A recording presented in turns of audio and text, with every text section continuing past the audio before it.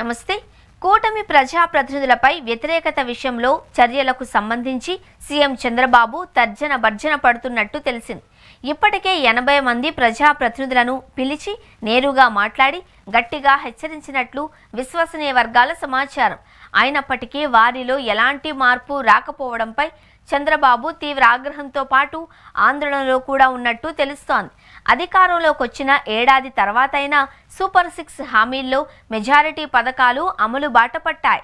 దీంతో సంక్షేమ పథకాల అమలు విషయంలో వైసీపీ విమర్శిస్తున్నంత తీవ్ర స్థాయిలో ప్రభుత్వంపై అసంతృప్తి లేదు. అయితే ఎమ్మెల్యేలు, మంత్రుల విచ్చలవిడి దోపిడీ దందాలపై ప్రజాగ్రహాన్ని చంద్రబాబు గుర్తించారు. ఈ మేరకు ఆయనకు వివిధ సర్వే సంస్థలు నివేదించాయి.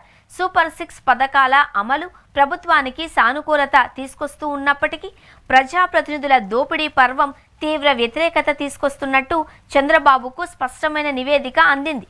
మరోసారి ప్రజాదరణ పొందేందుకు తాము తంటాలు పడుతూ ఉంటే ఎమ్మెల్యేలు, మంత్రుల వల్ల చెడ్డ పేరు వస్తోంది అని చంద్రబాబు తీవ్ర ఆగ్రహం వ్యక్తం చేస్తున్నారు అని సమాచారం.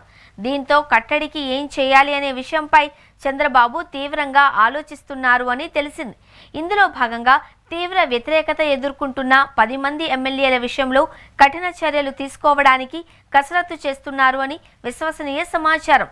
ఇందులో భాగంగా తీవ్ర అరాచకాలకు పాల్పడుతున్న 5 లేదా 10 అసెంబ్లీ నియోజకవర్గాలలో 2 మెన్ లేదా 3 మెన్ కమిటీ వేయడానికి పరిశీలిస్తున్నారు. తద్వారా సదరు ప్రజాప్రతినిధుల పవర్స్ను కట్ చేసి ఒక హెచ్చరికను కూటమి ఎమ్మెల్యేలకు వార్నింగ్ పంపడం మొదటి వ్యూహంగా చెబుతున్నారు. తమకు కూడా అలాంటి దుస్థితి రాకుండా మిగిలిన ఎమ్మెల్యేలు సర్దుకుంటే సరి, లేదు అంటే రెండో విడతలో మరికొందరిపై అదే ఫార్ములాను ప్రయోగించాలి అనే ఆలోచనలో సీఎం చంద్రబాబు ఉన్నట్టు పార్టీ విశ్వసనీయ వర్గాలు చెబుతూ ఉన్నాయి. త్వరలోనే ఆలోచనలను అమలు చేయడానికి చంద్రబాబు శ్రీకారం చుట్టే అవకాశం ఉంది.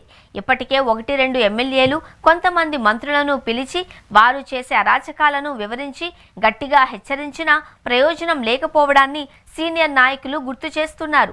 అధికారాన్ని అడ్డుపెట్టుకుని అడ్డంగా దోచుకుంటూ పార్టీని, అధికారాన్ని బలిపెడతామంటే ఎంతకాలం భరించాలి అనే చర్చ టీడీపీలో సాగుతోంది. కొంతమంది కోసం శాశ్వతంగా టీడీపీ మూల్యం చెల్లించుకోవడానికి సిద్ధంగా లేదు అనే మాట వినిపిస్తోంది. ఇప్పటికే అరాచక ఎమ్మెల్యేలపై చర్యలు తీసుకోవడంలో ఆలస్యమైందని టీడీపీ పెద్దలు అంటున్నారు.